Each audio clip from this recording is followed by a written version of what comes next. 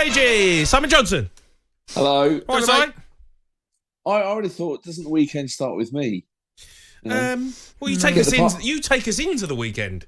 Trying to get the party started with my. You don't really look like ambience. A party starter, Si. I'll be honest. Is he? I reckon Si can party, mate. Yeah? Yeah. Oh, yeah. Doesn't look like a party starter. No, I think that's part of his charm. If I saw him at a bar with a glass of wine in hand, I wouldn't think that's going to be the guy who's going to get it going.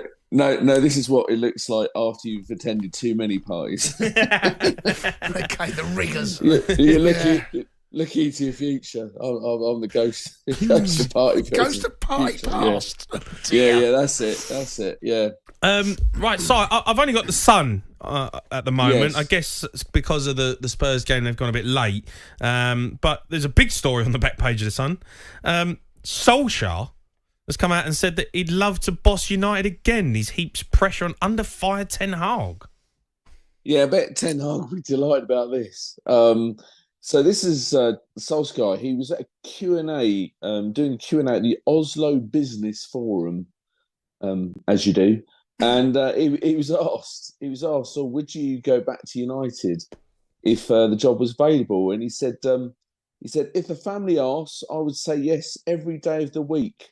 It feels wrong to talk about jobs that other people have now, but I would say yes, of course. So he kind of knows that he shouldn't answer the question, but he answers it anyway. Of course, Solskjaer, where is he at the moment? What's he doing?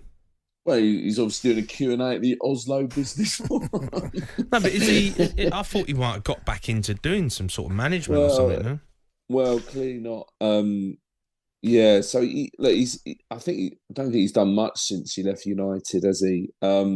He had 3 years in charge. Best place was, of course, finished second. So you can imagine there'd be some sort of, I think I did a good job. But shouldn't forget, he didn't win a trophy at United, and he was sacked after losing 6 of his last 11 games. So I can't see it. But if you're Ten Hag, you're not going to be too delighted. And just quickly, guys, because I know you haven't got it in front of you. Speaking about Ten Hag, there's a headline in front of the Guardian sports supplement, basically pleading for patience. Work in progress is the headline, and he's talking about that he's made some more young signings, Lenny Yoro, Joshua Zirkzee, and of course Højlund from last year, and he's saying that we are working. We're a work in progress. We've made the choice to sign young players who we believe in at this moment, and also for the future. We have to build them. So, he's basically saying, look, we sign young players, so you've got to give me time to get it right. But I'm not convinced United fans will feel the same way. Yeah, they want wins now, especially in the league. But he's won 2 trophies, but they want to see league form improve. And these stories will continue. I mean, I've got United to beat, Spurs to beat Man United at the weekend. I just finished. Huge game. I think it's a good time to play Manchester United, and it's a big game. And I do get the sense that there's going to be some unrest, and if Spurs do go ahead, I think it's one of those games that we could see the boos at half time potentially at the end. But you also, we will see. And the problem he's got, Ten Hag, is that Solskjaer is in Oslo. He's doing this business meeting, right? And he doesn't, though he should realise, but he probably doesn't realise that he's going to wake up on Friday morning, his name being splashed all over the back pages. It's one of those comments that you think is in-house, and it's not going to make it outside the room. Otherwise, I think he might have answered it slightly differently. Who knows? Yeah, a bit naive, but Ten Hag, I'm sure he's got a press conference on Friday, and he's going to have to be prepared for more questions about it. But another headline I know you guys haven't seen, I know you've talked about it on the show already, but got to flag it. The Mirror have led with it, back page headline, Dinosaurs. And this is reflecting Roy Keane's rant about Arsenal and their tactics in the second half against Manchester City. Talking about if Tony Pulis, Sam Allardyce, Steve Bruce or Neil Warnock set up a team like that for the second half, they are dinosaurs. When Arsenal do it, it's called brilliant. I have to say, I don't really agree with it. I wouldn't say it to Roy Keane's face. I'd be a bit too scared. But I haven't got a single problem with the way Arsenal played. against City, and No. if they'd held on for another minute and won that game, would Roy Keane be saying this? No, and I think the problem, we know why they did it.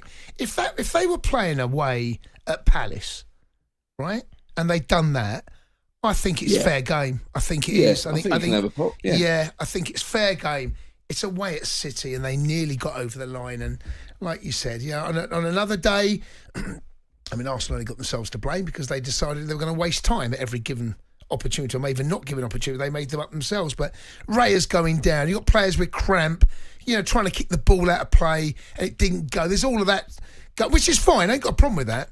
But when you do concede as late on, and it was time added to time, I think you've got to go, right, maybe they could, try to do what they did in a slightly different manner, step killing every single space of second, and eventually it come back to bite them on the backside. But I don't blame them, and Arteta's proven he can adapt, and he's clearly an excellent manager.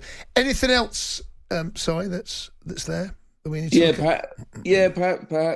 just touch on what happened at Spurs tonight. Spurs hit by Euro tie delay, back page of the Sun.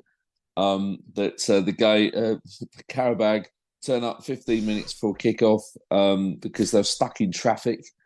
Even Glenn Hoddle and Peter Crouch, it affected them as well. Their TNT gig, and they had to leave the car apparently, and they had to leg it. Ditch the car.